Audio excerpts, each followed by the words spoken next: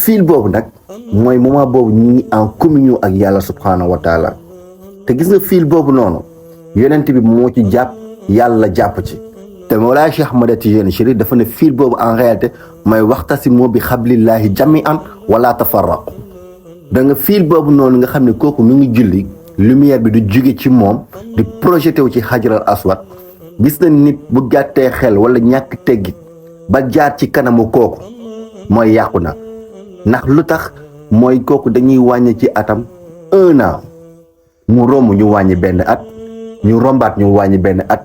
bu rombee 10 fois ñu ne kooku ci benn moment wàññi neen 10 ans ci dundam loolu mooy sanction bi loolu mooy sanction bi moo tax ñu santaane ni kuy julli na teg saatir ci kanamam